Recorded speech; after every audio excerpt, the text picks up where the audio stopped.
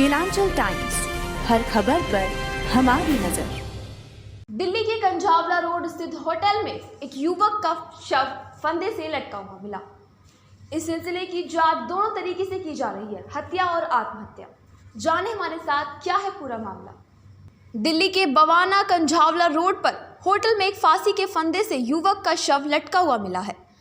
तो वहीं संदिग्ध परिस्थितियों में युवक की मौत हुई है। मृतक युवक की उम्र करीब 25 साल बताई जा रही है। तो वहीं इनकी जांच दोनों एंगल से की जा रही है, जिसमें हत्या या फिर आत्महत्या का खुलासा किया जाएगा। दिल्ली पुलिस क्राइम टीम और अन्य संबंधित विभाग वहां मौके पर मौजूद है। कहावत है, मीठा मीठा गप गप, कड़वा कड़वा थू थू।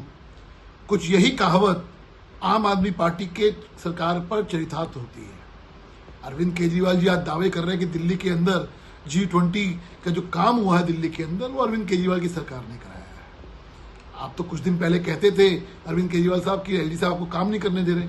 अगर काम नहीं करने दे रहे तो इतनी दिल्ली जो खूबसूरत आप जो दावा कर रहे हैं खूबसूरत बन गई है, वो किसने कराई है, वो आप बता दीजिए।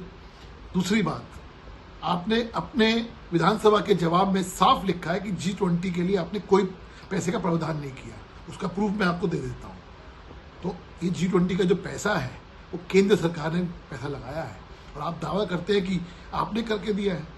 सच्चाई ये है, केंद्र सरकार ने आपको पैसा दिया है और काम केंद्र सरकार ने करवाया है, और क्रेडिट आप लेने के लिए हर बार की तरह आप क्रेडिट लेने आ गए हैं। इसलिए मेरा मानना है इस पर राजनीति मत करिए।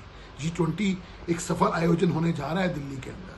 पूरे विश्व के अंदर दिल्ली का नाम होगा, पूरे विश्व के अंदर वाही वाही होगी।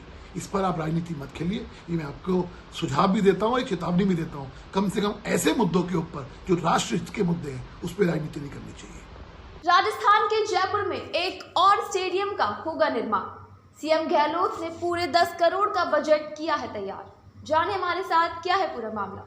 जयपुर में एक और स्टेडियम को आखिरकार मंजूरी मिल गई है। साथ ही इस स्टेडियम का बजट 10 करोड़ रुपये कर दिया गया है, जो पहले 1.5 करोड़ रुपये था। सीएम अशोक गहलोत ने 10 करोड़ के नए बजट को मंजूरी दे दी है। ये नया स्टेडियम झोटवाड़ा के कमर के पास में बनेगा। वहीं चुनाव के कारण स्टेडियम का काम आगे बढ़ने में थोड़ा वक्त लग सकता है। सीएम अशोक गहलोत ने इस साल के बजट में कंवर नगर में स्टेडियम बनाने की घोषणा की थी। बजट में स्टेडियम की लागत 1.5 करोड़ थी। सीएम पिछले दिनों ग्रामीण ओलंपिक खेलों के कार्यक्रम में गए थे। उसी समय सीएम ने बजट बढ़ाने की घोषणा की थी।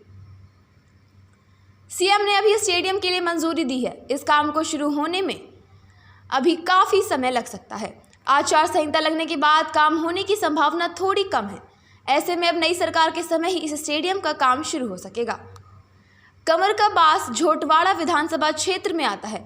झोटवाड़ा कृषि मंत्री लालचंद कटारिया का विधानसभा क्षेत्र है। विधानसभा चुनावों से पहले कटारिया के क्षेत्र में 10 करोड़ की लागत से स्टेडियम की घोषणा को सियासी रूप से अहम माना जा रहा है। सीएम अशोक गहलोत ने प्रदेश में न्यूनतम मजदूरी मिनिमम वेज में 26 रुपये की बढ़ोतरी करने के प्रस्ताव को मंजूरी दी है।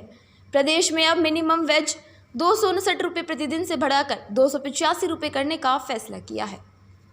भाजपा अध्यक्ष जेपी नड्डा ने 28 अगस्त को राष्ट्रीय महासचिवों के साथ बैठक की। यह बैठक दिल्ली के हेडक्वार्टर में संपन्न हुई। इस बैठक में बहुत से मुद्दों पर चर्चा की गई।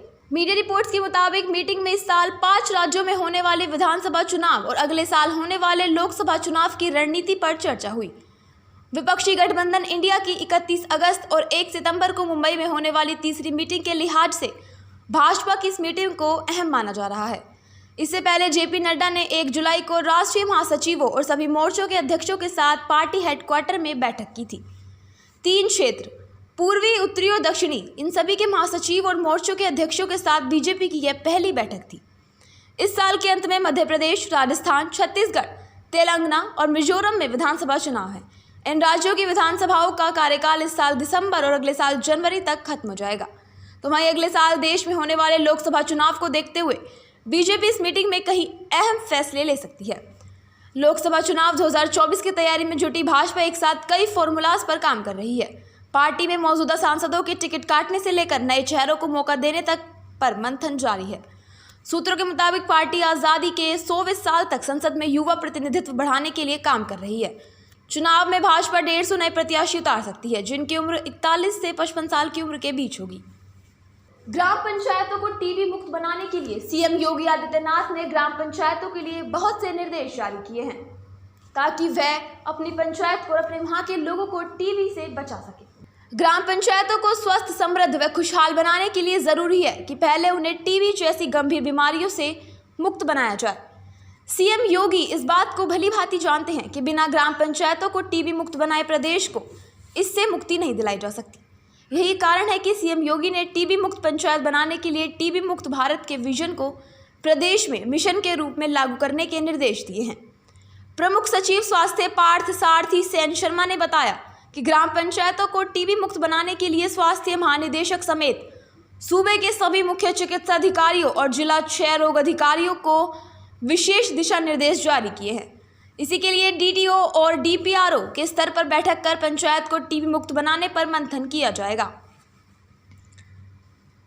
जिला से लेकर ब्लॉक स्तर तक के अभियान से जुड़े कर्मचारियों को प्रशिक्षित किया जाएगा, जो कि अपने अपने क्षेत्र के ग्राम प्रधानों को समझाएंगे और प्रशिक्षित करेंगे। इसके साथ ही जिला टीबी केंद्र के सहयोग से पंचायतों को टीबी मुक्त पंचायत की स्थिति के लिए तैयार किया जाएगा। टीबी मुक्त करने के प्रयासों की गतिविधियों को पंचायत विकास योजनाओं में भी शामिल किया जाएगा। इस प्रक्रिया के तहत खंड विकास अधिकारी ब्लॉक स्तर पर टीबी मुक्त पंचायत के लिए सभी पात्र ग्राम पंचायतों के दावों को सभी जरूरी दस्तावेजों के साथ जिला क्षय रोग अधिकारी को सत्यापन के लिए भेजेंगे। इसमें टीबी मुक्त पंचायत की स्थिति के लिए उपयुक्त मिलने वाली ग्राम पंचायतों की सत्यापित सूची जिला टीबी टीम अधिकारी को भेजेगी। इसी के आधार पर हर साल विश्व क्षय रोग दिवस 24 मार्च को जो मनाया जाता है, उस पर जिलाधिकारी योग्य ग्राम पंचायतों को 1 साल की वैधता के साथ टीबी मुक्त पंचायत का प्रमाण पत्र भी जारी करेंगे।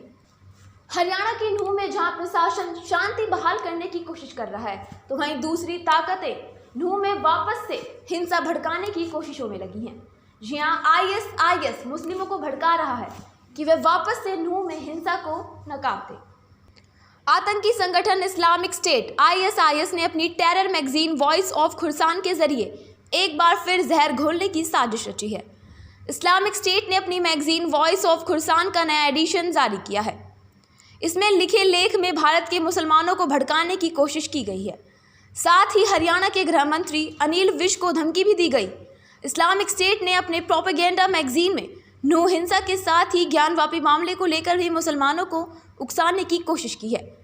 मैगजीन के ताज़ा एडिशन में बजरंग दल और विश्व हिंदू परिषद के बारे में अपशब्दों को भी इस्तेमाल किया गया है।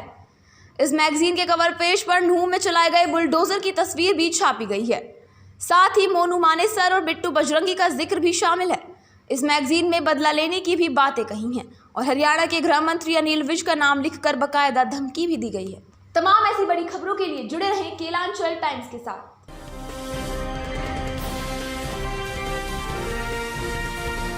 केलांचल टाइम्स, हर खबर पर हमारी नजर।